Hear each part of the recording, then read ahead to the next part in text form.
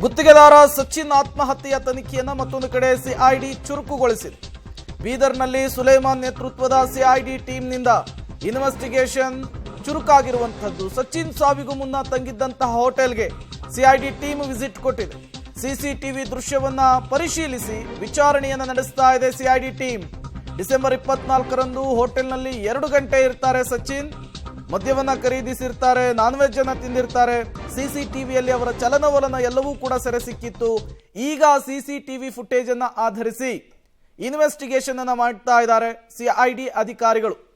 ಸಚಿನ್ ಕೊನೆಯ ಕ್ಷಣದ ದೃಶ್ಯಾವಳಿಗಳನ್ನ ನೀವು ಒಂದು ಕಡೆ ಗಮನಿಸ್ತಾ ಇದ್ದೀರಿ. ಮತ್ತೊಂದು ಕಡೆ ಸಿಐಡಿ ಟೀಮ್ ಬೀದರ್ಗೆ ಎಂಟ್ರಿ ಕೊಟ್ಟು ಸಚಿನ್ ಆತ್ಮಹತ್ಯೆಯ ವಿಚಾರಕ್ಕೆ ಸಂಬಂಧಪಟ್ಟಂತೆ ತಮ್ಮ ತನಿಖೆಯನ್ನ ಚುರುಕುಗೊಳಿಸಿರುವಂತಹದ್ದು.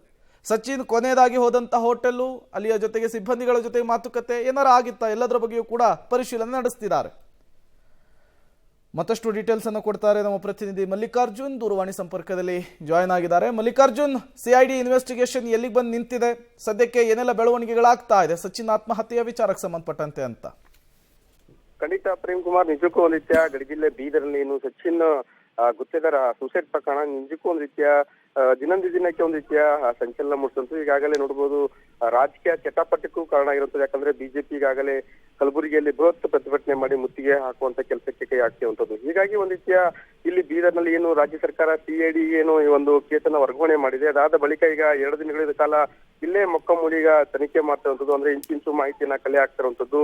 ನಿನ್ನೆ ಕೂಡ ಒಂದ್ ರೀತಿಯ ಏನು ರೈಲ್ವೆ ಪೊಲೀಸ್ ಸ್ಟೇಷನ್ ಆಗಿರ್ಬೋದು, ಮತ್ತೆ ಏನು ಸೂಸೈಡ್ ಮಾಡ್ಕೊಂಡಂತ ಸ್ಥಳ ಆಗಿರ್ಬೋದು, ಎಲ್ಲ ಕಡೆ ಮಾಡಿ ಒಂದ್ ರೀತಿಯ ಮನೆಗೆ ಕೂಡ ಬಂದು, ಅಂದ್ರೆ ಸಚಿನ್ ನಿವಾಸ ಕೂಡ ಬಂದು ಒಂದ್ ರೀತಿಯ ಎಲ್ಲಾ ಒಂದು ವಿಚಾರಣೆಯನ್ನ ಮಾಹಿತಿಯನ್ನ ತೀವ್ರ ವಿಚಾರಣೆ ಮಾಡಿರುವಂತದ್ದು. ಇವತ್ತು ಕೂಡ ಈಗಾಗಲೇ ಏನಂದ್ರೆ ಬೆಳಗಿಂದನೂ ಕೂಡ ಒಂದ್ ರೀತಿಯ 2 ತಂಡ ಪ್ರತ್ಯೇಕ 6 ಜನರ 2 ತಂಡ ಪ್ರತ್ಯೇಕ ಮಾಡ್ಕೊಂಡು ಒಂದ್ ಕಡೆ ರೈಲ್ವೆ ಸ್ಟೇಷನ್ ಆಗಿರ್ಬೋದು, ಅಲ್ಲಿನ ಅಧಿಕಾರಿಗಳು ಮಾಹಿತಿ ಪಡಿತಿರುವಂತದ್ದು, ಡೆತ್ ಆಗಿರುವಂತದ್ದು, ಮತ್ತೆ ಅಲ್ಲಿ ರೈಲ್ವೆ ಏನೋ ಒಂದು ತಲೆ ಕೊಟ್ಟಿದ್ದ ಆ ಒಂದು ಸ್ಥಳದಲ್ಲಿ ಏನು ಎಲ್ಲ ಸಾಕ್ಷಿಗಳು ಪತ್ತೆ ಆಗಿದೆ ಏನು ಈ ರೀತಿಯ ಒಂದು ಏನೋ ಒಂದು ಮಾಹಿತಿನ ಕಲೆ ಹಾಕಿರುವಂತದ್ದು. ಜೊತೆಗೆ ಈ ಕಡೆ ಏನು ಆ ಒಂದು ಸಚಿನ್ ಕೊನೆಯ ಕ್ಷಣದಲ್ಲಿ ಏನು ಒಂದು 2 ದಿನಗಳ ಹಿಂದೆ ರೆಸ್ಟೋರೆಂಟ್ಗೆ ಬಂದು ಅಲ್ಲಿ ಊಟ ಮಾಡಿ ಮತ್ತು ಅಲ್ಲಿ ಕುಟುಂಬಸ್ಥರಿಂದ ವೇಟರ್ ಕುಟುಂಬಸ್ಥರಿಂದ ಫೋನ್ ಪೇ ಹಾಕೊಂಡು ಆ ಒಂದು ಪೇ ಮಾಡಿದ್ದ ಆ ಒಂದು ಸುದ್ದಿ ಕೂಡ ಪಬ್ಲಿಕ್ ಟಿವಿ ಬಿತ್ತರ ಮಾಡಿ ದೃಶ್ಯಾವಳಿ ಸಿಸಿಟಿವಿ ದೃಶ್ಯದೊಂದಿಗೆ ಅಲ್ಲಿ ಕೂಡ ಇವತ್ತು ಸ್ಥಳಕ್ಕೆ ಬಂದು ಒಂದ್ ರೀತಿಯ ಎಲ್ಲಾ ರೀತಿಯ ಏನು ಪರಿಶೀಲನೆ ಮಾಡಿ ಮತ್ತೆ ಆ ಒಂದು ವೇಟರ್ನ ವಿಚಾರಣೆ ಮಾಡಿ ಈ ರೀತಿಯ ಎಲ್ಲಾ ಕಡೆಯಿಂದ ಎಲ್ಲಾ ಆಯಾಮದಿಂದಲೂ ಒಂದ್ ರೀತಿ ತನಿಖೆ ಮಾಡಿ ಒಂದ್ ರೀತಿಯ ಸಿಐಡಿ ಅಧಿಕಾರಿಗಳು ಏನಿದ್ರೆ ಒಂದ್ ರೀತಿಯ ಇಂಚಿಂಚು ಮಾಹಿತಿ ಕಲೆ ಆಗ್ತಿರುವಂತದ್ದು. ಬಹುತೇಕ ಅದು ಮುಗಿಸ್ಕೊಂಡು ಏನು ಕಟ್ಟಿತೂಗಾಂವ್ ಗ್ರಾಮ ಇದೆ ಸಚಿನ್ ನಿವಾಸಕ್ಕೆ ಮತ್ತೆ ಇವತ್ತು ಬರ್ತಾರೆ ಅನ್ನುವಂಥದ್ದು. ಪ್ರವೀಣ್ ಕುಮಾರ್, ಮಲ್ಲಿಕಾರ್ಜುನ್, ಸಚಿನ್ ಆತ್ಮಹತ್ಯೆ ವಿಚಾರಕ್ಕೆ ಸಂಬಂಧಪಟ್ಟಂತೆ ಸಿಐಡಿ ತನಿಖೆಯನ್ನ ಚುರುಕುಗೊಳಿಸಿರುವಂತದ್ದು, ಹಲವು ದಾಖಲೆಗಳನ್ನ ಸಿಸಿಟಿವಿ ಫುಟೇಜ್ಗಳನ್ನ ಪರಿಶೀಲಿಸುವಂತಹ ಕೆಲಸ ಮಾಡ್ತಾ ಇದೆ. ಮತ್ತಿನ್ಯಾರಿಗಾರು ನೋಟಿಸ್ ಕೊಟ್ಟಿದೆಯಾ ಈ ಆತ್ಮಹತ್ಯೆ ವಿಚಾರಕ್ಕೆ ಸಂಬಂಧಪಟ್ಟಂತೆ ವಿಚಾರಣೆಗೆ ಹಾಜರಾಗಿ ಅಂತ ಹೇಳಿ? ಸದ್ಯಕ್ಕೆ ಪ್ರವೀಣ್ ಕುಮಾರ್, ನಿಜಕ್ಕೂ ಒಂದ್ ರೀತಿಯ ಮಾಹಿತಿ ಅಂದ್ರೆ ಪ್ರಾಥಮಿಕ ಹಂತದ ಮಾಹಿತಿ ನಿನ್ನೆ ಇತ್ತು. ಇವತ್ತು ಅಂದ್ರೆ ಡೆಪ್ತ್ ಆಗಿ ಮಾಹಿತಿಯನ್ನ ಕುಟುಂಬದಿಂದ ಮತ್ತೆ ಕಲೆ ಹಾಕುವಂಥದ್ದು, ಮತ್ತೆ ಏನು ಸಾಕ್ಷಿ ಆಧಾರಗಳು ಸಿಕ್ಕಿದೆ ಅದು ಪ್ರಕಾರ ತೆಗೆದುಕೊಂಡು ಹೋಗುವಂಥದ್ದು, ಮತ್ತೆ ಏನು ಸಚಿನ್ ಡೆತ್ ನೋಟ್ ನಲ್ಲಿ ಏನು ಬರ್ದಿಕ್ಕಿದ್ದ ಅಂದ್ರೆ 7 ಜನರ ಹೆಸರು 8 ಜನರ ಹೆಸರು ಏನು ಸುದೀರ್ಘವಾಗಿ ಡೆತ್ ನೋಟ್ 7 ಪುಟಗಳ ಡೆತ್ ನೋಟ್ ಅಲ್ಲಿ ಅವ್ರು ಯಾರೇ ಪ್ರಮುಖವಾಗಿ ಏನು ಪ್ರಿಯಾಂಕಾ ಖರ್ಗೆ ಆಪ್ತ ಎನ್ನಲಾದ ರಾಜು ಕಪ್ನೂರು ಮತ್ತು ಸೇರಿದಂತೆ ಏನು ಅವ್ರ ಹೆಸರು ಬರ್ದಿದ್ರು, ಅವರು ಅಲ್ಲಿ ಕಲಬುರಗಿಗೆ ಹೋಗುವಂತ ಚಾನ್ಸ್ ಕೂಡ ಇದೆ. ಯಾಕಂದ್ರೆ ಈಗ 10 ದಿನ ಕಳೀತಾ ಬಂತು ನಾಪತ್ತೆ ಆಗಿರುವಂತದ್ದು. ಹಾಗಾಗಿ ಅಲ್ಲಿ ಸಚಿನ್ ಕಚೇರಿ ಇತ್ತು, ಅಲ್ಲಿ ಅವ್ರ ಜೊತೆ ಕೆಲಸ ಮಾಡ್ತಿರೋ ಅನ್ನೋಂಥದ್ದು.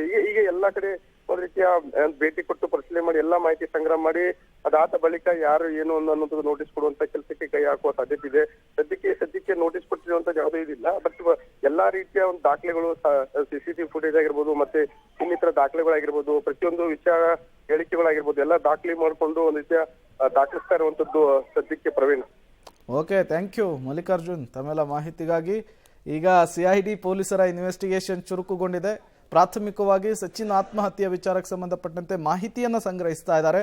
ಇಲ್ಲಿ ಕ್ರೋಢೀಕರಿಸಿದಂತಹ ಮಾಹಿತಿಯನ್ನು ಆಧರಿಸಿ ಸಚಿನ್ ಆತ್ಮಹತ್ಯೆಯ ವಿಚಾರಕ್ಕೆ ಸಂಬಂಧಪಟ್ಟಂತೆ ಒಂದಿಷ್ಟು ಜನರಿಗೆ ಬುಲಾವ್ ಕೊಡುವ, ವಿಚಾರಣೆಗೆ ಒಳಪಡಿಸುವಂತಹ ಸಾಧ್ಯತೆ ಇದೆ.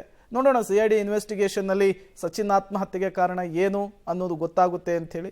ಯಾಕೆಂದರೆ ಈಗಾಗಲೇ ರಾಜಕೀಯ ಜಟಾಪಟಿಗೂ ಕೂಡ ವೇದಿಕೆ ಆಗಿದೆ. ಪ್ರಿಯಾಂಕ್ ಖರ್ಗೆ ಅವರ ಆಪ್ತರ ಹೆಸರು ಇದರಲ್ಲಿ ತಳಕು ಹಾಕ್ಕೊಂಡಿದೆ. ಇದು ಈಗ ಪ್ರಿಯಾಂಕ್ ಖರ್ಗೆ ಕೂಡ ನೇರವಾಗಿ ಬಂದು ಪ್ರತಿಭಟನೆಯ ಮೂಲಕ ಕೂಡ ತಗಲ್ತಾ ಇರುವಂಥದ್ದು. ಹಾಗಾಗಿ ಏನೆಲ್ಲ ಬೆಳವಣಿಗೆಗಳಾಗುತ್ತೆ ಅನ್ನೋದು ಸದ್ಯಕ್ಕಿರುವಂತಹ ಕುತೂಹಲ.